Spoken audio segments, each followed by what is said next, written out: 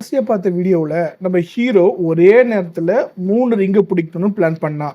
அதுல first ring பிடிக்க try பண்ணும்போது, அதுவும் அவனோட ஹேண்ட யூஸ் பண்ணி பிடிக்க ட்ரை பண்ணும்போதே, அவனால அந்த ரிங்க பிடிக்க முடியல. இந்த ரிங்க அசால்ட்டா நம்ம ஹீரோவோட ஹேண்ட கிராஸ் பண்ணி, நம்ம ஹீரோவோட சோலயே அட்டாக் பண்ணியிருக்கும். ஏன்னா உங்களுக்கு தெரியும், அவன் ரிங் அப்சர்வ் பண்றது பார்த்தீங்கன்னா, அவனோட சோல் தான். அதாவது அவனுக்குள்ள தான் அவன் அப்சர்வ் பண்ணிட்டு இருக்கானே தவிர, இது பிசிக்கலா நடக்கிற சண்டை கிடையாது. அந்த ரீசனால பிசிக்கல் டேமேஜ் ஹீரோக்கு விழாது. ஸ்ட்ரெயிட்டா அவனோட சோலுக்கே டேமேஜ் ஆகுது. இப்ப ஹீரோ கொஞ்சம் கூட வெயிட் பண்ணாம பார்த்தீங்கன்னா, சீகோட பவரை யூஸ் பண்ணி அந்த ஃபர்ஸ்ட் ரிங் சிவப்பு கலர் ரிங்க உடனே ஃபோர்ஸ் பண்ணி அவனுக்குள்ள எடுத்துக்கிறான். நம்ம ஹீரோ அவசர அவசரமா இது வரைக்கும் பண்ணாத ஒண்ணு இப்ப பண்றான். என்ன ரிங்க ஃபாஸ்ட் அப்சர்வ் பண்றான். நார்மலா நம்ம ஹீரோ என்ன பண்ணுவான்னா, அந்த ரிங்க அதுவே அக்செப்ட் பண்ணிக்கணும் நம்ம ஹீரோவை.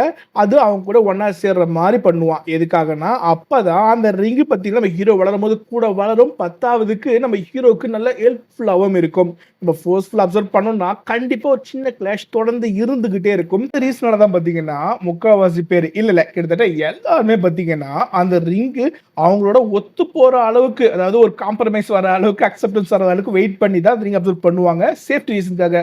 பட் நம்ம ஹீரோக்கு இது புதுசான்னு கேட்டா இல்ல.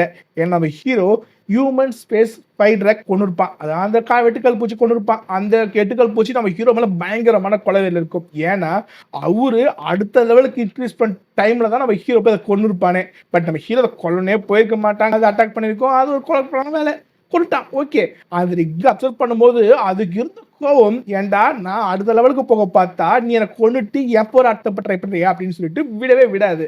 ஆனா நம்ம ஹீரோ ஃபர்ஸ்ட் அப்சர்வ் பண்ணிருப்பான். நம்ம ஹீரோக்கு பெரிய பூஸ்டர் கொடுத்துருக்கும். இன்னும் சொல்ல போனா நம்ம ஹீரோக்கு பயங்கரமான பவர் கொடுத்ததே பார்த்தீங்கன்னா அந்த சோல் ரிங்கும் ஸ்பைடர் கிட்ட இருந்து வந்த ஸ்பைடர் லெக்கும் தான். ஆனா நம்ம ஹீரோ அப்கிரேட் பண்ணும்போது ஒரு டைம் படுற கஷ்டம் பார்த்துருப்போம். பயங்கரமா கஷ்டப்படுவான். ஒரு டைமும் அந்த லெவல் இன்க்ரீஸ் பண்ணும் போதெல்லாம் பார்த்தீங்கன்னா நம்ம ஹீரோ செத்து பிழைக்கிற நிலைமை கொண்டு போய் விட்டுருக்கோம். ஏன் அது ஒண்ணும் நம்ம ஹீரோ மேல காந்து தான் இருக்கு, கோவம் தான் இருக்கு. அந்த ரீசனால தான். பட் நம்ம ஹீரோ அந்த டைம் வேற வழி இல்லாம அப்சர்வ் பண்ணா. அதே மாதிரி இப்போ நம்ம ஹீரோ இங்க ஒரு ரிங் வந்தா 3 ரிங் வந்துருச்சு. நம்ம ஹீரோ 3 ரிங் அப்சர்வ் பண்ணோம்னா டைம் எடுத்து பண்ணவே முடியாது. ஸோ இன்னும் ஒரு எல்லை மீறி போய் ஃபோர்ஸ்ஃபுல்லா கண்ட்ரோல் பண்ணி அந்த ரிங் அப்சர்வ் பண்ண ட்ரை பண்றான். அந்த ரிங் அப்சர்வ் பண்ணிடுறான். ஆனா அடுத்த செகண்டே அந்த ரிங்கு அந்த சீகோட பவரையும் தாண்டி நம்ம ஹீரோ விட்டு வெளியே வந்துருச்சு. வெளியே வந்த உடனே இதுதான் சான்ஸ்னு காத்துட்டு இருந்த 2 ரிங்குமே, மிச்ச 2 ரிங்குமே நம்ம ஹீரோ உடனே அட்டாக் பண்ணுது. இப்பதான் புரிய வருது என்ன விஷயம். அந்த சோல் ரிங்ஸ் என்னதான் மிருகம் செத்து போனதுக்கு அப்புறம் அந்த ரிங் வந்திருந்தாலும் அது அந்த மிருகத்தோட சோல் தானே. அந்த ரீசனாலோ என்னவோ தெரியல, அந்த ரிங்குங்க எப்படி உயிரோட இருக்கும் போது அந்த மிருகங்கள் 3மே நம்ம ஹீரோவை பக்காவா பிளான் பண்ணி ஒண்ணுக்கு ஒண்ணு கிளாஷ் ஆகாம அட்டாக் பண்ணுச்சோ, டைம் கொடுக்காம, அதே மாதிரி இப்போ ரிங்கு ஃபார்ம்லயும் நம்ம ஹீரோவோட உடம்புக்குள்ள சோலை அட்டாக் பண்ண ஆரம்பிச்சிருச்சுங்க. டேங்க்ஸன் அவனோட ஸ்பைடர் லெக்ஸை யூஸ் பண்றான் அந்த பவரை ஸ்டாப் பண்றதுக்கு, ரிங்கை ஸ்டாப் பண்றதுக்கு. பட் ஆனா அந்த ரிங்குங்க அந்த ஸ்பைடரை கிராஸ் பண்ணி ஸ்ட்ரெயிட்டா நம்ம ஹீரோவோட சோலை திருப்பியும் அட்டாக் பண்ண ஆரம்பிக்குது. நம்ம ஹீரோக்கு தெளிவா புரிஞ்சிருச்சு, இப்படியே விட்டா நம்ம கதை அவ்வளவுதான். உடனே அவனோட சுத்தியை வெளியெடுக்கலாம். அந்த ஹேமரை கொண்டு வந்து ஹேமர் பவரை வச்சு அடிக்க ட்ரை பண்ணும் போது அந்த ரிங்கு மேல அந்த ஹேமர் படுறதுக்கு முன்னாடியே ரிங்குங்க நம்ம ஹீரோ திருப்பி அட்டாக் பண்ணிடுச்சு. நம்ம ஹீரோ அவனோட அன்கான்சியஸ் மோடுக்கு தள்ளப்படுறான். ஏன்னா தொடர்ந்து ரிங்குங்க நம்ம ஹீரோட சோல் அட்டாக் பண்ணிக்கிட்டு இருக்கு. நம்ம ஹீரோவோட சோலால தாங்க முடியல. அவன் அன்கான்சியஸ் மோடுக்கு தள்ளப்படுற நேரத்தில் நம்ம ஹீரோக்கு சின்ன ஃபிளாஷ். என்ன விஷயம், அப்பா நம்ம ஹீரோக்கு சத்திய பத்தி சொல்லும் போது பாத்தீங்கன்னா, அதாவது அந்த ஹேமரோட சத்திய பத்தி சொல்லும் போது அவரு விண்ட் எக்ஸாம்பிளா சொல்லியிருப்பாரு. எப்படி காத்து மரத்துல இருந்து விழற இலைகளை தரையில உடனே விழாம அங்கிருந்து ரொம்ப தூரத்துக்கு கொண்டு போய் விடுது பாத்தீங்களா, அது மாதிரி சுத்தியும் விண்டு போல இருக்கணும். ஆனா அதே டைம் பாத்தீங்கன்னா இலை கீழே விழுந்துட்டா அதோட முடிஞ்சிருச்சு நினைக்க கூடாது. ஏன்னா கீழே விழுந்த இலைய திருப்பி மேல கொண்டு போய் ஆகணும். எதுக்கு அப்படின்றாரு. என்ன விஷயம், அந்த காத்து மூலமா தான் அந்த இலை மூவ் ஆகுதுன்றது எல்லாருக்கும் தெரியும். ஆனா அந்த இலை மூவ் ஆகுறது அந்த காத்துக்கு ஒரு சப்போர்ட்டா இருக்கும்னு சொல்றாரு. லாஜிக்கலா பார்த்தா சரிதான், கிட்டத்தட்ட இன் யாங் கான்செப்ட் தான். எப்படின்னா, அந்த காத்து மூலமா அந்த இலை மூவ் ஆகுது. ஆனா, அந்த இலைகள் நெறைய இலைகள் ஒண்ணா சேரும்போது, அந்த காத்தோட ஸ்பீடு, அந்த காத்தோட டைரக்ஷன், வேவ் லென்த் மொத்தத்தையே மாத்தும். நார்மலா பார்த்தா காத்து ஃபாஸ்ட்டா அடிக்குது. நார்மலா காத்து டிராவல் ஆவறதுக்கும், நெறைய இலைகள் சேர்ந்து பறக்கும்போது டிராவல் ஆகுற அந்த காத்தோட டிசைன் பார்த்தீங்கன்னா, டோட்டலா மாறும்ல.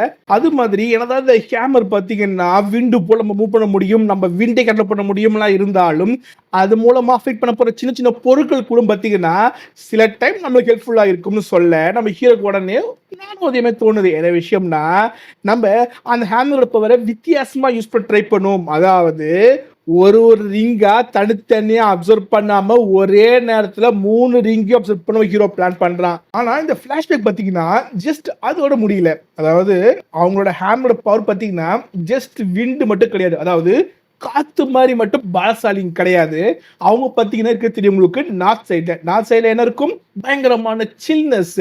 10வதுக்கு சூரியனை பார்க்கறதே கஷ்டம். அந்த ரீசனால அந்த டார்க் சில்னஸ் கோல்ட்னஸ் இருக்கும்ல, அது மாதிரியும் வந்து சுத்தி இருக்கிறோமா பவர்ஃபுல்லா. 10வதுக்கு சூரியன் எப்பயாவது வரும். வந்தா என்ன ஆகும்? ஆட்டோமேட்டிக்கா அந்த பனிக்கட்டிகள் கரைய ஆரம்பிக்கும், தண்ணியா மாற ஆரம்பிக்கும். அந்த தண்ணி கடலோட சேர ஆரம்பிக்கும்ல, அதையும் சொல்றாங்க. அதாவது சுத்தி ஃபர்ஸ்ட் சொன்னது விண்ட் போல பவர்ஃபுல்லா இருக்கும். 2வது ரொம்ப கோல்ட்னஸ் ஆகும், வெளிச்சமே படாத டார்க்னஸ் ஆகவும் இருக்கும்.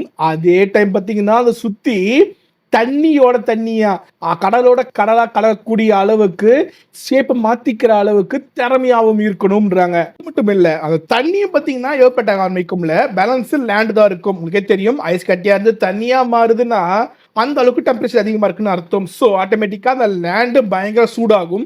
கிட்டத்தட்ட வல்கனோ அளவுக்கு சூடாகுமா. அதாவது இந்த சுத்தியோட பவர் எப்படி இருக்கும்னு சொல்றாங்கன்னா, ஐஸ் கட்டி இருக்கிற இடத்துல சூரியனே வராத இடத்துல இவங்களோட சுத்தி பார்த்தீங்கன்னா அந்த ஐஸ் போல சில்னஸ் ஆகும், கோல்ட்னஸ் ஆகும் இருக்கும். 10வதுக்கு அவங்க சுத்தும் போது அந்த காத்தே மாறுமா. அது மட்டும் இல்லாம இந்த சுத்திலிருந்து வர ஹீட்னஸ் மூலமா, அதாவது இதுதான் சுத்திய சூரியனே, இது மூலமா அந்த ஐஸ் கட்டியே கரைஞ்சி தண்ணியா மாறும். அந்த தண்ணி இடத்துக்கு ஏத்த மாதிரி பாத்தீங்கன்னா அது பவரை மாத்திக்கும். அந்த தண்ணியும் வத்தினதுக்கு அப்புறம் லேண்டும் பாத்தீங்கன்னா சூடாகி வல்கனோ அளவுக்கு டெம்பரேச்சர் கொண்டு வருமா. கிட்டத்தட்ட இது அவங்க கிளானோட ஸ்டேட்மெண்ட் மாதிரியே மாத்திடுறாங்க. என்ன விஷயம்? ஒருத்தனால அவனோட சுத்திய ஃபுல்லா கண்ட்ரோல் பண்ண முடிஞ்சா அவனால காலங்களே கண்ட்ரோல் பண்ண முடியும். சொல்லுவோம்ல 4 காலங்கள்ன்றோம்ல, பனிக்காலம், வெயில் காலம், அது மாதிரி அந்த 4 காலங்கள் சேஞ்சே பார்த்தீங்கன்னா அந்த சுத்திய ஒருத்தனால முழுசா புரிஞ்சுக்க முடிஞ்சா, கண்ட்ரோல் பண்ண முடிஞ்சா பண்ண முடியும்ன்றாங்க. அந்த 4 காலத்தோட பவரும் சுத்திக்கிட்டே இருக்குன்னு சொல்றாங்க. இதெல்லாம் சொல்லும் போது ரொம்ப ஓவரா இருக்கே அப்படின்ற மாதிரி இருக்குல்ல பில்டப். பட் ஒரு விஷயத்தை யோசிக்கணும். நம்ம ஹீரோட அப்பா, அதாவது டேங்க்ஸோட அப்பா பார்த்தீங்கன்னா அவரோட இளவட்ட வயசுல இங்க இந்த இடத்துக்கு வரும்போது ஃபிளேம் அண்ட் கிளான் சொல்ல முடியும், எல்லாருக்கும் நல்லா தெரியும், முடிசூடா மன்னர்களா வாழ்ந்தாங்க. என்னதான் மற்ற ராஜாக்கள் கிங்டம்ஸ் எல்லாமே இருந்தாலும் பார்த்தீங்கன்னா எல்லாருமே இந்த ஃபிளேம் அண்ட் கிளானுங்களுக்கும் அந்த சப்போர்ட் பண்ணவங்களுக்கும் சப்போர்ட்டாக இருந்தாங்க. அவங்க எடுத்து பேச தயாராகவே இல்லை. ஏன்னா அவங்க கிட்ட இந்த மார்ஷியல் மாஸ்டர்ஸ் அவ்வளோ பேர் இருந்தாங்க, அந்த பவர்ஃபுல்லாக இருந்தாங்க. பட் அவங்களையே பயமுறுத்துறது மட்டும் இல்லாமல் கணக்கு இல்லாமல் பேரை கொண்டு குவிச்சுட்டு வந்தார் சின்ன வயசுலேயே. அந்த அளவுக்கு பவர்ஃபுல் பர்சனாக இருந்தார்.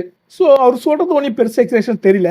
சரி, நம்ம ஹீரோ இதெல்லாம் சொன்னார்ல, அதெல்லாம் நம்ம ஹீரோக்கு இப்போ புரிஞ்சிருச்சு. நம்ம அந்த அளவுக்கு கண்ட்ரோல் பண்ணணும் முடிவு எடுத்தா ஒரே நேரத்தில் 3 ரிங்கையுமே ஃபோர்ஸ்ஃபுல்லா அந்த சுத்திக்கிட்ட அப்சர்வ் பண்ண ட்ரை பண்றான். நம்ம ஹீரோ ஃபோர்ஸ் அப்சர்வ் பண்ண ஆரம்பிக்க அது கிளாஷ் ஆக இப்போ நம்ம ஹீரோ என்னதான் பவர்லாம் யூஸ் பண்ணி நாலேஜ்லாம் அதிகமாக கிடச்சி அந்த 3 ரிங்கை முயற்சி அப்சர்வ் பண்ண ட்ரை பண்ணாலும் இதுக்கு முன்னாடியே அந்த ரிங்குகள் பலமா நம்ம ஹீரோவை தாக்கிடுச்சு சோல் பவரை. அதால நம்ம ஹீரோட சோல் பவர் பயங்கரமா குறைஞ்சிருக்கு. அதால சோல் பவர் வச்சுக்கிட்டு இந்த ரிங் ஆஃப் ஃபோர்ஸ் அப்சர்வ் பண்ணுறது ரொம்ப கஷ்டம், எப்படி பண்ண போறோம் அப்படின்னு நம்ம ஹீரோ யோசிச்சுக்கிட்டே அப்சர்வ் பண்ணிக்கிட்டு இருக்கான். அந்த அப்சர்வேஷன் முடியறதுக்குள்ள பார்த்தீங்கன்னா திடுப்புன்னு ஒரு கத்தி மேல இருந்து வருது கீழே. நல்ல வேலை ஃபுல் கான்சன்ட்ரேஷன் இந்த ரீசனால ஒருத்தர் ஹீரோ உடனே அவனோட சீக்ரெட் பவரை யூஸ் பண்ணி அந்த ட்ரெண்டை வந்து வச்சு ஸ்டாப் பண்ணிடுறான். அந்த கத்தியை ஸ்டாப் பண்ணிட்டு அங்கே ஜம்ப் பண்ணிடுறான். அந்த ரிங்கை எந்த அளவுக்கு அப்சர்வ் பண்ணா, ஃபிக்ஸ் ஆயிடுச்சா இல்லையா எதுவுமே புரிஞ்சுக்க முடியல. அதுக்குள்ள அட்டாக் நடந்துருச்சு. நம்ம ஹீரோக்கும் தெரிஞ்சா புரிஞ்சிருச்சு என்ன விஷயம். இப்ப வந்து அந்த கத்தியோட அட்டாக்கை நம்ம ஆல்ரெடி பார்த்துருக்கோம். வேற யாரும் இல்லை, பிபியோட பொண்ணு தான். பிபியோட பொண்ணு ராஜாவோட பையனா வேஷம் போட்டுட்டு இருக்கும் போது அங்க தப்பிக்கும் போது நம்ம சண்டையில இந்த கத்தி பவரை யூஸ் பண்ணியிருப்பா. இது 5th ரிங்கோட பவர். அப்ப இருந்த பவர் பார்த்தீங்கன்னா அவளோட அந்த ஃபிளேம் அண்ட் கிளான்ஸ் மொத்த ஆர்மியும் பார்த்தீங்கன்னா யூஸ் பண்ணியிருப்பா. அது மூலமா பவர் இன்க்ரீஸ் பண்ணி அட்டாக் பண்ணியிருப்பா. ஆனா இப்போ இப்போ அந்த கத்தியோட பவர் பாத்தீங்கன்னா அப்ப இருந்ததை விட பயங்கர பல மடங்கு அதிகமா இருக்குன்னு சொல்றான். அதாவது அப்ப பல பேர் சேர்ந்து அவளுக்கு பூஸ்ட் கொடுத்து அது மூலமா அட்டாக் பண்ண அந்த கத்தியோட பவரை விட இப்போ தனியா இங்க சம்பந்தமே ஒரு இடத்துல அட்டாக் பண்ணும் போது இருக்கிற பவர் அதிகமா இருக்குன்றான். அப்ப அவளோட பவர் பயங்கரமா இன்க்ரீஸ் இருக்கு. அவளோட ரிங்கோட அண்டர்ஸ்டாண்டிங் பவர் ரொம்ப இன்க்ரீஸ் இருக்கு. நம்ம ஹீரோக்கு புரியுது. நம்ம ஹீரோ என்ன ஒழிஞ்சுக்கிட்டு இருக்க, அதான் அட்டாக்கே பண்ணிட்டு எனக்கு தெரியுமே நீ யாருன்ட்டு, வா வெளியே அப்படின்னு கூப்பிட அவ அடுத்த செகண்டே வருவான்னு பார்த்தா அடுத்த அட்டாக் யூஸ் பண்ணி காணக்கலாம கத்து நம்ம ஹீரோ மேல அடிக்க நம்ம ஹீரோ அசால்ட்டா அதை ட்ரையான் யூஸ் பண்ணி ஸ்டாப் பண்ணிடுறான். அவளா வெளியே வந்து எப்படி இருக்க, என்ன பண்ற, இப்ப பவர்ஃபுல் ஆயிட்ட போல இருக்கு, இப்படிலாம் நல்லா விசாரிச்சுக்கிட்டு இருக்கா. கொஞ்ச நேரத்துக்கு முன்னாடி நம்ம ஹீரோ சாகிறதுக்கே காரணமா இருந்திருப்பா நம்ம ஹீரோ சுதாரிக்கலன்னா. ஏன்னா ரிங் அப்சர்வ் பண்ணும்போது சும்மா தொட்டாலே பார்த்தீங்கன்னா ஒரு சோல் டேமேஜ் ஆயிடுவாங்க. நம்ம ஹீரோ ஒரே நேரத்தில் 3 நிமிஷம் பண்ணிக்கிட்டு இருக்கான். இவன் அவனை கொல்றதுக்கு அட்டாக்கே பண்ணிட்டா. இப்போ வந்து எப்படி இருக்க, நல்லா இருக்கியான்னு கேட்டுக்கிட்டு இருக்கா. நம்ம ஹீரோ இல்லை நீ இப்போ தான் ஆகிட்ட அப்படின்னு சொல்லிக்கிட்டு இருக்க. அவளா ஆமா, ஆனா நீ பண்றதுன்னா கொஞ்சம் சரியில்லை. நீ என்னதான் பவர்ஃபுல்லா மாறி இருந்தாலும் இதுக்கு முன்னாடி அதாவது காடுன்னு சொல்லப்படுறது பார்த்தீங்கன்னா லெவல் 99 கிராஸ் பண்ணவங்கள தான் பார்த்தீங்கன்னா காடுன்னு சொல்லுவாங்க. அதாவது மோஸ்ட் லெஜெண்டரி பீயிங்ஸ். அது மாதிரி இப்போ யாருமே இப்போ இங்கே இல்லைன்னு சொல்லிக்கிட்டு இருக்காங்க. அவங்க கூட பார்த்தீங்கன்னா ஒன்ன மாதிரி ஒரே நேரத்தில் 3 நீங்க அப்சர்வ் பண்ணிருக்க மாட்டாங்கடா. நீ அப்சர்வ் பண்ற இந்த அளவுக்கு பவர்ஃபுல்லா நான் உன்ன அப்படின்னு இழுக்கும் போதே நம்ம ஹீரோ யோசிக்கிறான். ஒரு நிமிஷம் நம்ம 3 நீங்க யூஸ் பண்ணது இவளுக்கு எப்படி தெரியும் அப்சர்வ் பண்ண போறது. ஏன்னா நம்ம ஹீரோ அட்டாக் பண்ணும் போது ஃபுல் கான்சியஸ் தான் இருக்கான், சுத்தி எல்லாம் தெரிஞ்சுட்டு தான் இருக்கான். அப்படி இருக்கும் போது அவன் இவ பவரை உணரவே இல்லை, அந்த ரீசன் இங்க இல்லவே இல்லை. ஆனா அப்படி இருந்தும் நம்ம ஹீரோ 3 மிருகத்தை கொண்டது ரிங் அப்சர்வ் பண்ணிட்டு இருக்கிறது எல்லாம் அவனுக்கு தெரிஞ்சிருக்கு. ஏன்னா நம்ம ஹீரோ இந்த 3 ரிங்கையும் அவனுக்குள்ள கொண்டு வந்துட்டான். வெளியே இருக்கிற மாதிரி இருந்தால் தெரியும். அப்சர்வ் பண்ணி முடிச்சதுக்கு அப்புறம் பார்த்தீங்கன்னா ஒரு ரிங் ஆட் ஆகும். அப்ப பிசிக்கலா பாக்குறவங்களுக்கு தெரியும், ஓகே ஒத்துக்கிறேன். ஆனா நம்ம ஹீரோ இப்ப இந்த ரிங்கை உள்ளுக்குள்ள தான் வச்சிருந்தான். அப்சர்வ் பண்ண ட்ரை பண்ணிக்கிட்டு தான் இருக்கு, அப்சர்வ் பண்ணி முடிக்கல. அந்த ரீசனால நம்ம ஹீரோ 3 ரிங் அப்சர்வ் பண்றான்றது அவளுக்கு தெரிய பாசிபிளே இல்லை. அவ கண்டிப்பா பிசிக்கலா இங்க இல்லை. ஸோ வேற ஏதாவது பவர் யூஸ் பண்ணிக்கணும்னு யோசிக்கிறான். அப்படின்னு உங்களுக்கு தெரியும் இவளோட தாத்தா யாருன்னுட்டு. அவன் தான் ஃப்ளேமேனு. அவங்க கிளானில் பார்த்தீங்கன்னா 6 சோல் போன் இருக்கு. தொடர்ந்து அவங்க பரம்பரையாக மாறிக்கிட்டு இருக்கிறது தெரியும் நம்ம ஹீரோவுக்கு.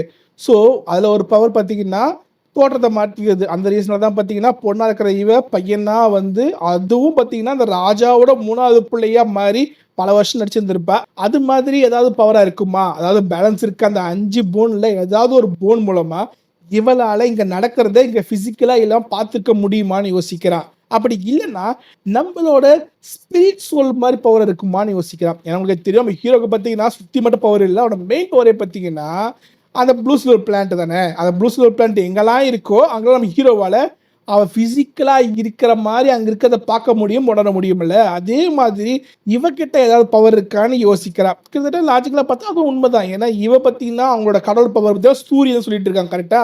ஸோ சூரியன் பண்ற எல்லாத்துலையும் இவரோட பவர் யூஸ் பண்றது, கண்ட்ரோல் பண்றது, பார்த்துக்க முடியறது பாசிபிலிட்டி இருக்குன்னு நினைக்கிறேன். அதுக்குள்ள அவளா தேங்க்ஸ் நான் உன் கூட ஃபேரா அதாவது நியாயமா சண்டை போடுன்னு நினைக்கிறேன் அப்படின்னு சொல்றா. நம்ம ஹீரோவா இப்பதான் நானே கஷ்டப்பட்டு 3 ரிங் அப்சர்வ் பண்ணேன், அது உனக்கே தெரியும். அந்த நேரத்துல நீ அட்டாக் வேற பண்ணிருக்க. ஆல்ரெடி 3 ரிங் அப்சர்வ் பண்ணதாலேயே என் ஸ்பிரிட் பவர் ரொம்பவே டேமேஜ் ஆயிருக்கு. 10வது சோப் டேமேஜ் இருக்கு. அது நம்ம ஹீரோ சொல்லலை, ஸ்பிரிட் பவர் மட்டும் சொல்றான் டேமேஜ் கம்மியா இருக்கு. இந்த நேரத்தை சண்டை போடுன்னு சொல்றியே, இது நியாயமா, இது போய் ஃபேரா அப்படின்னு கேட்க, இல்ல நான் ஃபேரா தான் சண்டை போட ஆசைப்படுறேன் அப்படின்னு சொல்லிட்டு ஹீரோக்கு டைம் கொடுப்பான்னு பார்த்தா அதுக்கு பதில் அவ இந்த கத்தி என்னோட கிளானோட கத்தி, அதே மாதிரி உன்கிட்ட பார்த்தேன்னா அந்த சீகாடோட ட்ரையான் இருக்குல்ல, நீ அதை வச்சு சண்டை போடு, நான் இதை வச்சு சண்டை போடுறேன் அப்படின்னு சொல்றான். நம்ம ஹீரோக்கு ஒரு டவுட், என்ன விஷயம், ரிங்க் அப்சர்வ் பண்ணும் போது தொட்டாலே ஆபத்து தெரிஞ்சு அட்டாக் பண்ணிக்கொள்ள ட்ரை பண்ண இவ நியாயத்தை பத்தி பேசி அதுவும் நமக்கு ஒத்து போற அளவுக்கு, அதாவது நம்ம ஹீரோ இப்ப ட்ரையன்ஸ் சண்டை போட்டான் அப்படின்னா அந்த ட்ரையனோட போறோம் பவர்ஃபுல். ஸோ அந்த ரீசன் ஹீரோ ஜெயிச்சுருவா கண்டிப்பா 10 பவர்லாம் யூஸ் பண்ண சண்டை போட்டால். அப்படி இருக்கும் போது இந்த அளவுக்கு அட்வான்டேஜ் நமக்கு இவ கொடுப்பாளா அப்படின்ற டவுட் நம்ம ஹீரோக்கு. அதுக்குள்ள அவளா நான் உன்னை கொண்டு நினைச்சா ஈஸியா கொண்டுடலாம், உனக்கு இது மாதிரி வந்து சண்டை போறதுக்கு ஒரு வாய்ப்பு கொண்ட அவசியம் இல்லைன்னு சொல்லும் போது ஹீரோ யோசிக்கிறான். என்ன விஷயம், அவனால பிசிக்கலா இல்லை அப்படின்னு தெரியும், அவள் நம்ம ஹீரோ உணரவும் இல்லை. அப்படி இருக்கும் போது ரிங் அப்சர்வ் பண்ணி முடிக்கிற டைம்ல அட்டாக் பண்ணா முன்னாடி அட்டாக் பண்ணியிருந்தால், அதாவது நம்ம ஹீரோ ரிங்கோட கிளாஷா இருக்கும் போதே அட்டாக் பண்ணியிருந்தா கண்டிப்பா நம்ம ஹீரோவை ஸ்டாப் பண்ணிருக்கவே முடியாது. கண்டிப்பா சாகறதுக்கு நிலைமை கொண்டு போய் விட்டுட்டு இருப்பா. ஸோ இவ உண்மைதான் பேசுறாளான்னு யோசிக்கிறான். பட் நமக்கு தெரியாது என்ன விஷயம். நம்ம ஹீரோ ரிங்கை அப்சர்வ் பண்ண ஸ்டார்ட் பண்ணும் போதே அவ அங்கதான் இருந்தாலும் அட்டாக் பண்ண முடியுமா தெரியல. பட் லாஜிக்கலா பேச போது, பாசிபிலிட்டியா பேசும்போது பாசிபிள் இருக்குன்னு நம்ம ஹீரோ நினைச்சுக்கிறான். ஸோ உண்மையதான் சொல்றா, சரி ஓகே நம்ம சண்டை தான் போட்டு பார்ப்போமே அப்படின்ற முடிவுக்கும் வரான். சண்டையில ஒரு கண்டிஷன் வைக்கிறான். என்னன்னா யாரோட வெப்பன் ஃபர்ஸ்ட் அவங்க கையை விட்டு போதோ அவங்க தோத்துட்டாங்கன்னு சொல்றா. இது நம்ம ஹீரோக்கு டிஸ்அட்வான்டேஜ். ஏன்னா நம்ம ஹீரோ அந்த ட்ரையாண்டை எடுத்து அவன் மேலே வச்சுட்டானா முடிஞ்சு போச்சு. அவன் எழுந்துக்கவே முடியாது. உங்களுக்கு தெரியும் ட்ரையாண்டோட பவர் பல மடங்கு கிலோ வெயிட்டு. ஸோ தாங்கவே முடியாது, எழுந்துக்கவும் முடியாது, தூக்கவும் முடியாது. ஸோ முடிச்சு கட்டத்தோட அப்படின்னு பார்த்தா கையை விட்டு வச்சா முடிஞ்சு தோத்துட்டு சொல்லிட்டாலா, அந்த ரீசன் ஹீரோ கீழே வைக்க முடியாது. சண்டை ஆரம்பிக்குது, சண்டை போட ஆரம்பிக்கிறாங்க. நம்ம ஹீரோக்கு மனசுக்குள்ள டவுட் உருவாகுது. என்ன விஷயம்னா இந்த ட்ரையர் நம்ம ஹீரோ கையில பவர் கம்மியா இருந்தாலும் ஆப்போசிட் பர்சன் மேல படும்போது பார்த்தீங்கன்னா அதோட வெயிட் பார்த்தீங்கன்னா முழுசா அவங்க மேல விழதான் செய்யும். ஸோ அப்படி இருக்கும்போது இந்த வெப்பனோட வெயிட்டை அவ எப்படி தாங்குறா, அதாவது கிளாஷ் பண்ணும்போது என்னதான் முழு வெயிட் அப்படியே ஃபுல்லா அழுத்தி பிடிச்சிக்கிற மாதிரி இல்லைனாலும் ஓரளவுக்கு வெயிட் தெரியும் கண்டிப்பா. அப்படியும் சண்டை போட்டுக்கிட்டு இருக்காடா. அவ கிட்ட இருக்க கத்தி பார்த்தீங்கன்னா சாதாரண கத்தி இல்லை, அதுவும் த மோஸ்ட் பவர்ஃபுல் தான் அப்படின்னு நம்ம ஹீரோ உணர்றான். 2 பேரும் கஷ்டப்பட்டுக்கிட்டு இருக்காங்க, அவ்வளோ கஷ்டப்பட்டுக்கிட்டு இருக்கா, மீண்டும் கஷ்டப்பட்டு இருக்கா, கஷ்டப்பட்டுக்கிட்டு இருக்கா. அந்த டைம் ஒரு ஃபிளாஷ் ஆஃப் இமேஜ் பார்த்தீங்கன்னா அந்த பிபியோட பொண்ணு மனசுக்குள்ள தெரிய வருது. என்ன விஷயம்னா கிளாஷ் பண்ணாங்கல்ல, அப்ப அந்த கத்திக்குள்ள இருக்கிற மெமரி இவளுக்குள்ள ஃப்ளோ ஆகுது. அது வேற எதுவும் இல்லை, பல வருஷங்களுக்கு முன்னாடி நம்ம ஹீரோக்கு ட்ரையாண்டு அது யாரோடது, சீகாலோடு. கரெக்டா?